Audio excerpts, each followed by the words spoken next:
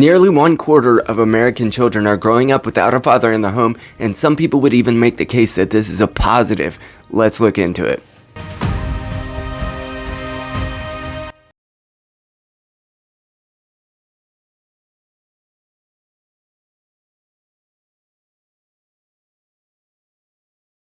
Before we go further, my name is Casey. I'm a husband, I'm a father of 4, and I've been a therapist for more than 13 years, which means that I see the consequences that happen when kids grow up without dads. Let's get into exactly what that looks like. If you would, please like on the way in. What is a father crisis looking like? Guys, let's talk daddy issues. If a girl does not respect her father, it's not gonna be straightforward getting her to respect you. I'm not saying she's a lost cause. This relationship can still work, but only under these 2 conditions. She has to be able to admit that the lack of a father figure clouded her image of what a man should be. She also has to be willing to put her ego aside and want to learn how to respect a man. On your side of the equation, the only way you could ever make a relationship work with a fatherless woman is by commanding that respect. A woman should know from the beginning of your relationship what the repercussions of a lapse in respect looks like. A pushover that barely respects himself is not the type of man a woman like this could end up with. The key takeaway: a relationship will never work without mutual respect. You can have an undying love for someone, but if respect is missing from that equation, save yourself the attorney fee. As this graphic shows, children who grow up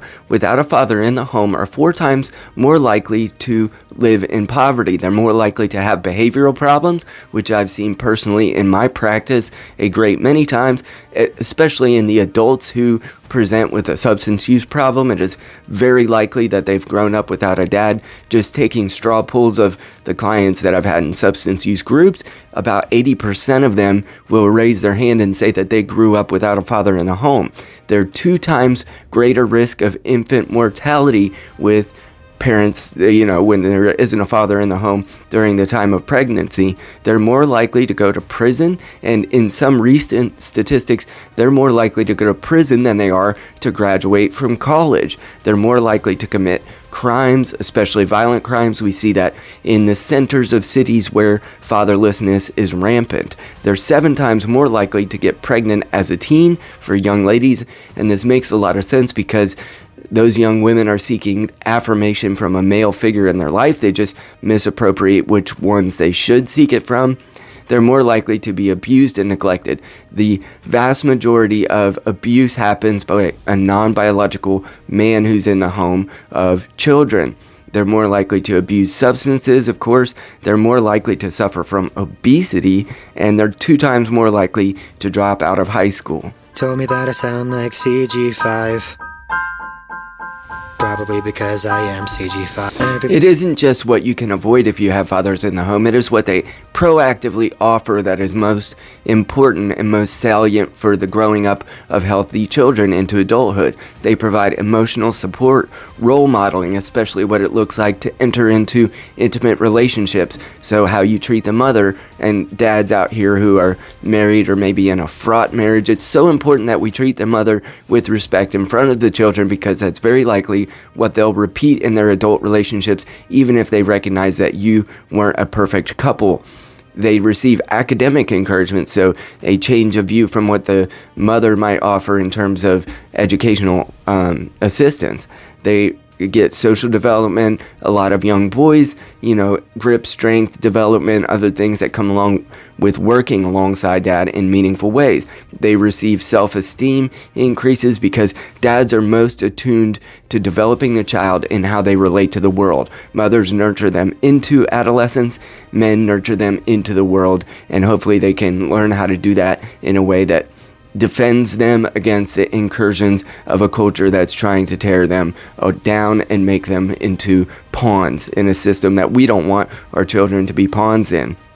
We provide discipline and structure. So men are, of course, the ones that would say, get up, shake it off, walk forward. Those kinds of things are disciplines about how you endure pain, how you endure suffering, what it takes to look like you're resilient. Enhanced cognitive skills, of course, men just offer a balance to the cognitive maturity of a child, and then strengthening family bonds. So if the father leads in going to church, the rest of the family will follow. Those are the kinds of bonds that the father can use positively as they engage with their kids. Fatherless women Nah, boys. Let's talk about fatherless men. Fatherless men lead to fatherless women. Your dad never committed, so why would you? If you're a man watching this that grew up without a father, let me just start out with, that's not your fault. But it is your job to not make this a generational curse. We need men in the household. Strong, independent women can only do so much. And if you look at the statistics, it's not enough. I've witnessed this shit show firsthand. I worked at a male prison for nearly 4 years. Many of those men had a strong mother that loved and cared for them. It wasn't enough. The common denominator that brought most of them together was the lack of a father. We can't let the nuclear family die. You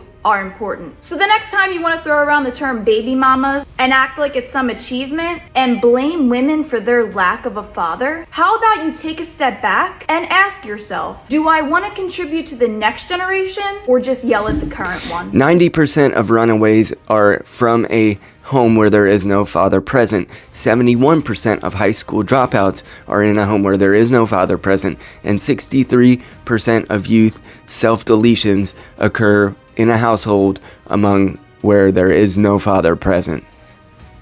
Our country has the highest percentage of fatherlessness of any nation on planet Earth. Just like you need the father in your life, kids need fathers in their life. Even a good dad is a bad mom, and even a good mom is a bad dad. In addition, 25% of children go to bed with no father in the home. The majority of children born to women 30 and younger are born out of wedlock, and the majority of those children never have their father living in their home. Current generation, record mental health, record therapy, record prescription drugs, high depression and anxiety. That's what happens when you don't have a father around. Men are the ultimate trainers in how children and families engage with risk. So women are naturally risk averse, but men will teach kids how to take measured risks, whether that's wrestling with them on the floor when they're a small child, all the way up to how do you wrestle with the world when you face problems in order to perhaps take risks that would multiply the successes that you can have as an adult. And so we teach risk engagement rather than risk aversion, and that leads to better outcomes for the kids who have it consistently. According to the Pew Research Center, along with people resourced like Brad Wilcox, who I appreciate deeply, he wrote a book called Get Married where he explores this. The people who have the highest satisfaction report in marriage are ones where dad is a proactive parent. And as you can see, dads at 46% rate say that they spend more time with their kids than they did several years ago, and only about 32% say they spend the same amount of time, and 20% say they spend less time with their kids. So it's way more than it used to be.